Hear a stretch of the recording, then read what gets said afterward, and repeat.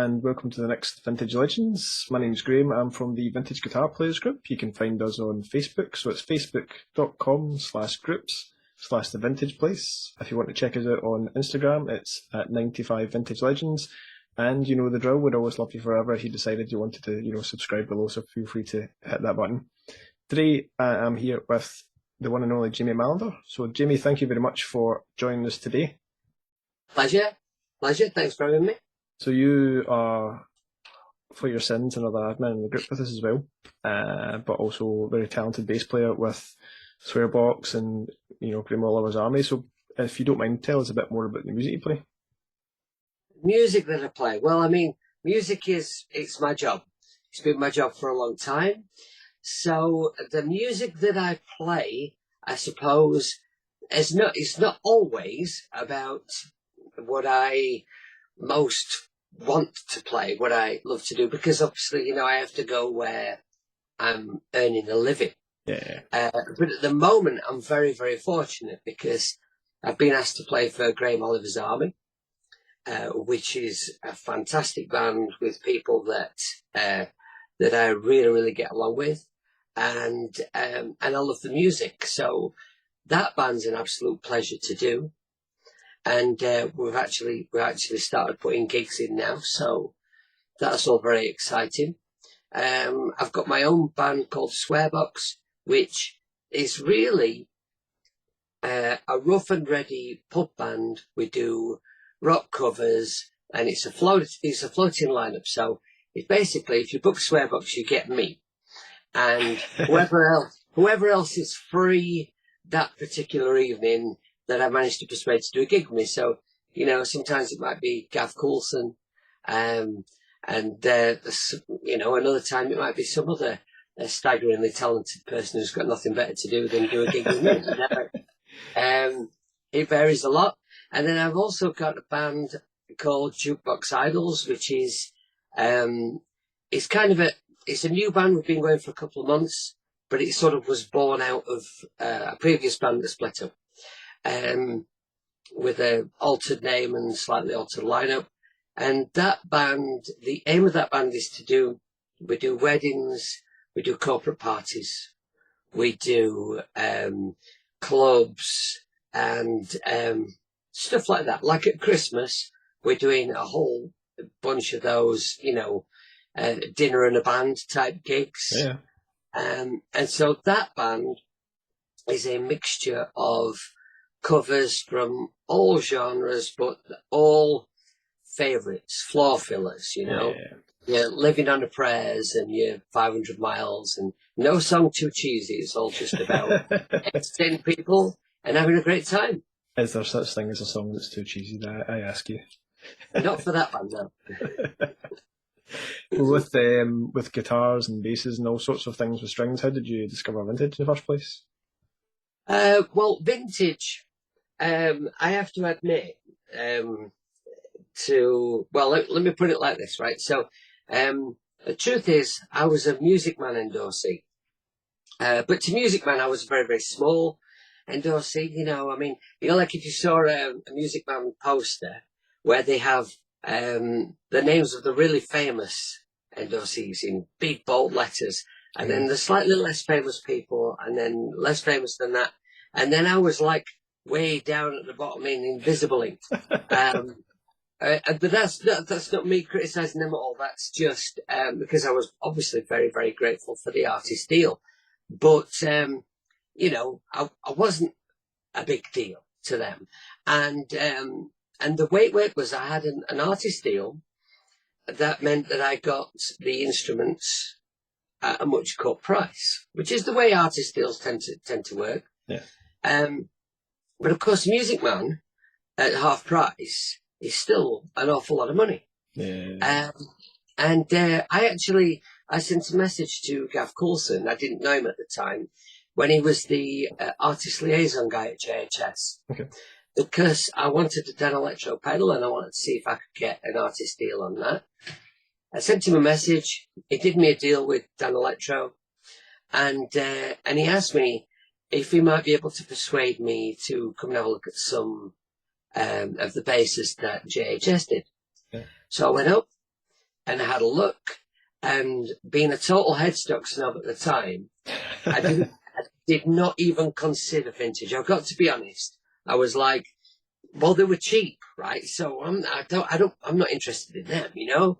But the Fret Kings were very attractive, and played some Fret Kings, and I was knocked out. So I went home with a couple of Fret Kings, and you know, I was really, really impressed with them. So I kind of forgot about the Music Man deal, and I just went with Fret King. And then after a little while, I was doing a guitar show, representing Fret King. And so it's JHS. So I'm on the Fret King bit, and then there's all the vintage stuff on the next bit, you know. And, you know, guitar shows, there's a lot of time hanging around. And so I picked up I'll show you. So I picked up this bass, right? This fretless. It's the VJ74, but it's the this is an old one, so it says V96 on the headstock. Okay, which is not. Because they renamed this one at some point. I can't remember why, but but yeah, I picked up this bass, and the reason I picked up this one was because it was a fretless, and over the years I've tried a number of times to play a fretless bass. Right, I'd previously owned 3 different fretlesses, so I'd bought a fretless, tried to learn how to play it, decided I sucked at it, sold the bass 3 times, and then I picked up this one at a show, and suddenly I could play fretless. I could just do it. And I thought, this bass is magic, right? I've got to have this bass. It's brilliant. And, when I plugged it in, it just sounded awesome. And I couldn't believe how well made it was, the quality of the parts, the lookings and hardware, and the sound, and it just feels great. So I said to Gav, could I do a vintage deal as well? And so fortunately, they took me on as a vintage artist as well. And I got this bass. And so then, of course, that opened my eyes up to the fact that just because an instrument brand, just because it's cheaper, doesn't mean it's not as good. And so then I started to actually, be more objective about the vintage guitars and basses. Yeah. And of course, all these years later, I've got a room full of them. So, well, I was about to ask, you do have a stunning array behind you, so if you don't mind, can we see some more? Yeah. Okay. So probably the most interesting one is this 8-string. So this is a one of a kind, and this is originally a V90. Yeah, V90, and this is a range actually. The V90s and the V80s didn't sort of exist as part of Vintage's catalogue for particularly long. No. What they are, the body is very much the same shape as a Fret King. Well, as a Fret King Perception. Yeah. Right? It's pretty much the same shape and a similar weight. It's very light. And these are a great bass. And they have these pickups on, which are sort of a Wilkinson special, and they're they've got a varicoil, so each one of them is a humbucker, and you wind the varicoil back, and it's a single coil, and you can have any degree in between. Now, when you wind it back to single coil, it does sound just like, say, a single coil from a jazz bass. Yeah. But when you wind it up to humbucker, it's proper. It's really, really loud. It's a big, fat, angry pickup. You've got everything there, from a sort of like a metal bass down to, maybe more of a sort of a regular sounding instrument that would suit a lot of different kinds of music. But what happened with this bass was, I was at the event thing several years ago that JHS used to put on every year, and Trevor Wilkinson was there, and so when I got a chance to speak to Trevor, I said, Trevor, have you ever thought about making an 8-string bass? I said, like not an extended range instrument, like an octave bass. Yeah. And he went, no. Simple Very as matter that. of fact, no. And I said, well, the thing is, I said, I really, really want one. But I only play instruments from JHS now, things that you've designed. So I said, I've got a range of Fret Kings, I've got a range of vintage, but I really want an 8-string. And I just saw, like, the cogs started ticking, and this look in his eye, and I thought, he's going to do it, And he went, well, let's go and have a look at some basses. And so we went to the vintage wall, right? And he pointed at a V90, and he said, if you bought one of those, I think with those pickups on it, I could convert that into an 8-string. So I said, well, I've got one of them. I've just bought it, I've just got it from him, Yeah. And he said, right, well then send it to me. So I sent it to him, and a few weeks later, it was sent back to me as an 8-string bass. So he'd made a bridge, and fashioned a nut, added some tuners. It's pretty And it is just an absolutely stunning 8-string. It twice really the firepower and twice the strings to go with it. Yeah. It's wonderful. Now, I think the idea behind actually doing it for me was that maybe people would see it and maybe there'd be a demand for 8-strings. That's not happened. As of yet, it's still a unique model. But a lot of people have been very, very interested in it. But, you don't see a lot of bass players with 8 strings. No. But it is remarkable. So, there's not a lot of companies that make them. So maybe the reason why you don't see so many of them is just purely because it's more or less impossible to get a good 8-string for not a lot of money. So I would say that I think there is room in the market for that. Yeah, that's pretty awesome. The only thing about that is that I now don't have a normal V90 anymore, so I wouldn't mind picking one up. I wouldn't mind picking one up because they were a stunning bass, Yeah. That's pretty amazing. Trying to put this down and stay fashionable. There's no such thing. So good. Something I should show you, hang on.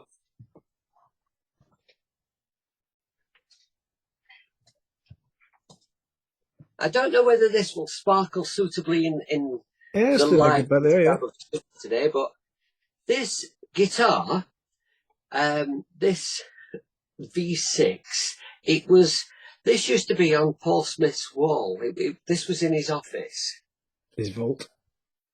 Yeah, so I was in Paul Smith's office having a chat one day, and I kept looking at this guitar, and I said, Paul, what's that guitar all about, Because I love instruments that are eye-catching and, a little bit over the top. I like that sort of, golds and purples and sparkly stuff. Because I think, the music business, it's about entertainment, So I like things that are kind of a bit eye-catching. But I asked him about this guitar, and he said it was just, it was a prototype, something that I'd made as a sort of a bit of a thought, and it had not gone any further than that. So it's basically a V6. There's nothing particularly unique about it, other than it's gold sparkle, and it's got multicolour knobs on it. And it's now all yours. And so I kept asking about this guitar, and I kept encouraging him to do some more gold instruments, and then we ran a competition in the vintage group to win this guitar. Paul put it up as a prize, and of course I couldn't enter that competition because I'm admin in the group. and so I don't enter competitions like that. So it was won by Stuart. Is Aikman? I think I pronounced his name right. Stuart won it, and so it got sent out to Stuart, and then Stuart just decided that he wasn't a Strat guy, and he remembered that I'd really, really liked this guitar. So he just contacted me and told me he was going to send it to me. He just wanted to give it to me because he knew I'd play it. And pretty awesome. Yeah, and it's a great guitar. I've recorded absolutely tons of stuff with this. Yeah. And, yeah, and it looks great in the demo videos I do. Yeah.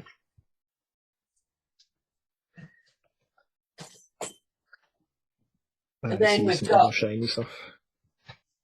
We've got this one, of course. Little VV60. Yeah. So this is the VV60. That's the this is like the original shape that was. I think it was considered a little bit too authentic. Too authentic. Yes. And so it wasn't around for too long. And so I mean, they did sell a bunch of these before they stopped making them. Yeah. So you know there are some out there. You do see them on eBay, but it really is a remarkable guitar. Yeah. But the guitar that replaced it, the one that's a slightly different shape, V60 with a little knob of it. Yeah, it's got the knee resty kind of a bit. Because of course this model is impossible to sit with, you know. Yeah. You have to sort of, I sit and record with it like this. In country style. But that guitar, I've played a few of them, and they are a more modern metal kind of a sound, I think. Yeah. Whereas this is much more akin to, like, you know, the old V's that like the old blues players would play. Yeah. On the neck pickup, it's got that really just awesome blues tone. Yeah, it sounds every bit that classic 58 thing, doesn't it? Yeah. It is a remarkable guitar.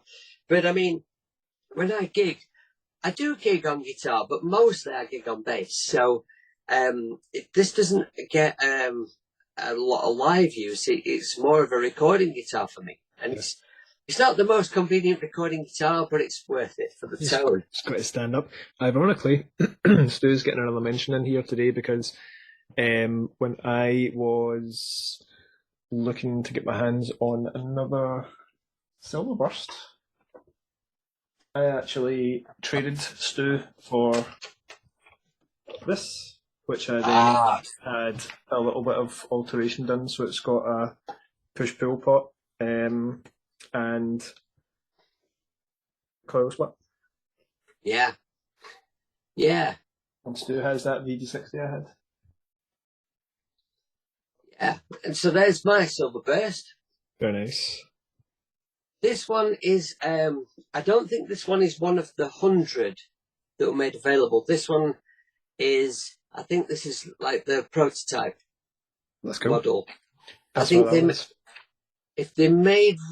if I remember rightly, I think they made 2 prototypes and then the 100. Yeah. And the prototypes, I think, went to people who were demoing and reviewing and stuff for YouTube, that kind of thing, magazines and that. And so this one then came to me, and well, obviously it's Stadia. I'm a big Telecaster fan. You know, I do love a telly, and this. All you can say about it really is, it's just a great telly. It's everything you want a telly to be, and it looks awesome as well. So, not really much to say about that, other than, you know, it does what it's supposed to do, and it's nice to have one that is of a limited number. Yeah. And then I know that you're very interested in mods and stuff, and to be honest, the vast majority of my stuff here is not really modded at all. Apart from obviously the 8-string is a big mod, but mostly I just think that the vintage instruments just sound remarkable as they are, and I don't change much on them. And I think, to be honest with you, a lot of the time when people change pickups, they change pickups. I mean, some people change pickups for a good reason, like they buy a VS6, but they want it to be a more metal guitar and they'll put EMGs in it or something. And that makes a lot of sense. Yeah. But there are also people, I think, who change pickups because a Wilkinson pickup is not expensive. They don't necessarily understand just how good it is. Yeah, I get it. You know, and I like them. So I've changed very little. But this is again is a one-off. We call this the Super Bass, and this is model number 2 of the Super Bass line, which consists of 2 models. And the thing of this was, when Gav was still working at JHS, Gav and I had been kind of nagging for JHS to make a bass for, for like a real player's bass, some modelled on a kind of a Billy Sheehan kind of an idea, something that was like a fast neck and twin outputs, multiple pickup options. And we wanted to aim a bass at, bass players who really push the instrument. And so they agreed on doing a mod to one of these, right? So the BJ74 with the maple fretboard and the block inlays, because we love all that. These necks are just gorgeous, and then to put an array of pickups in. So the one that they did with Gav at JHS had 2 jazz pickups, and then a big humbucker here, and like 3-way switching and stuff. And then and I said, well, I think it'd be better with a P-bass pickup. Yeah. So they said, well, tell you what, just tell us what parts you want. We'll send them to you. You build it. Right. So they sent me they sent me a bass with a rosewood fretboard. So I whipped that off, put this other neck on that they sent to me, and they sent me this pickup, and then I bought this Billy Sheehan signature pickup. That's cool. For the split coil in the middle, and then I wired it all together, and I did a good job of fashioning the scratch plate, putting the neck on. I did a good job of getting the pickups in the right place. The wiring, I had to have a little bit of help from a friend because I wasn't quite getting that right. But I made an arse of the output. When I was drilling the outputs, so I put the Fret King type jack sockets here. Oh, okay. And because I needed the hole that would be here for a jack socket on this kind of bass, I needed that for an extra knob. So they've got a volume for each. Yeah. So I made a mess of this. So there was a lot of chewing of wood that shouldn't have happened, and these are a bit wonky.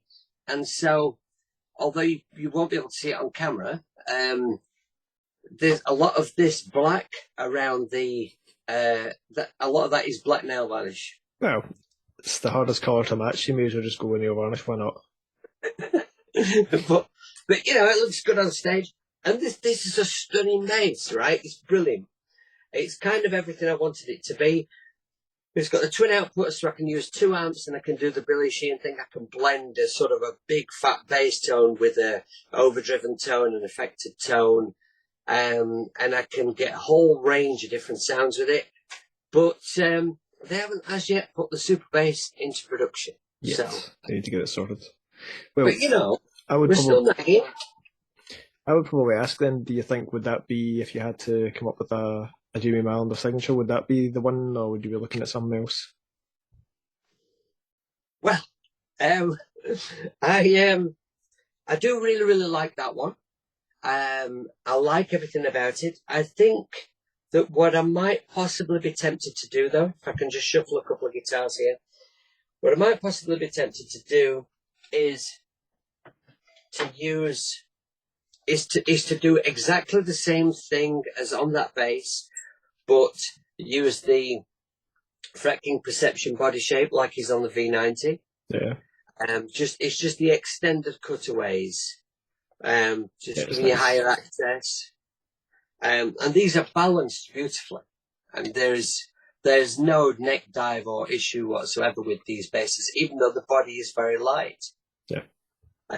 So I think that would be the change. Yeah. So as always, Paul, if you're listening. Yes, Paul. That's what I want for my signature bass. Oh, well, I've got this, right? Okay. So see the purple, right? So I was the guy who was nagging Vintage for years and years and years to make purple instruments. And I went on and on. There must have been sick to death of hearing me. And so eventually, when they were changing factory and they asked this potential new factory to make some Fret King prototypes for them to sort of assess how good a job this factory could do. And then they asked me to go and have a look. I missed a bit, right? So Paul sent me a message. Paul sent me a message saying, if we were going to do a purple bass, what kind of purple are you thinking? You know, so I found a swatch and sent it to him, and I said, this purple, you know, like a man purple, you know? So, that's what I said. And so then he, a couple of days later, you know, he sent me a photograph of this bass. And then he asked me to go up to JHS a little while later to try it out and see what I thought to it. Was it as good as the Fret Kings that have been made in other factories? And yeah, so then what they did, when they released that range of Fret Kings that came out, they did make some purple ones, this exact purple, but they didn't make this model with the purple. So this one is a unique instrument. That's cool. And of course, then the purple ended up on a couple of other instruments as well. And so, yeah, that's my fault. But I asked Paul a while ago about, not long after the purple instruments had come out, I asked him what the sales were like on the purple, you know, because I thought, well, it was me who was pestering them to do that. So I hope it's your fault. No. So I kind of asked him a bit like anxiously, you know, like how they selling. And he said, to be honest, he said the purple instruments sell okay. They don't sell particularly more than other models. They sell okay. But he said, but the value of them is they're eye catching. So, you know, like if you're doing a guitar show and there's like, you know, 200 exhibitors, and people are walking around all these exhibits, you know, and there's thousands and thousands of guitars and basses. And then somebody's got this standout, brightly coloured purple bass. It catches your eye, it attracts you to that booth. And whereas they might not end up buying the purple instrument, they may end up buying something from that range. They'll get a whole load of some bus tracks. All right, so... That's awesome. Well, in terms of, you know, what's coming up, we know obviously a bit from speaking to Gav what's happened with Graham Oliver's Army. So what else have you got in the diary for your own kind of other stuff? Where can we find you?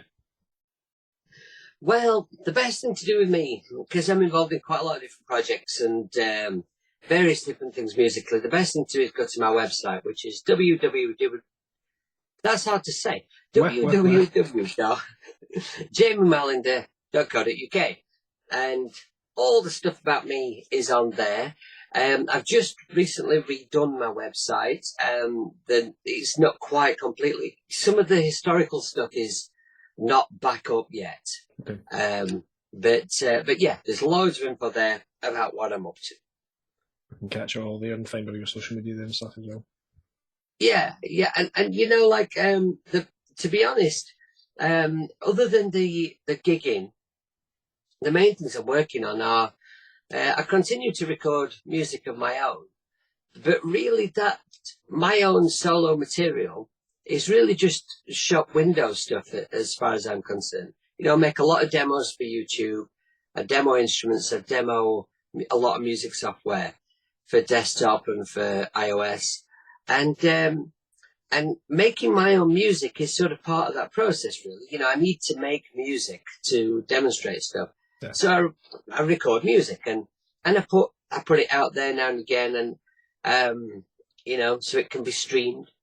And but it really is just shop window stuff for me, because, you know, I kind of feel like I don't have the time to try and promote my own solo material by going out and gigging and stuff and doing radio interviews and stuff.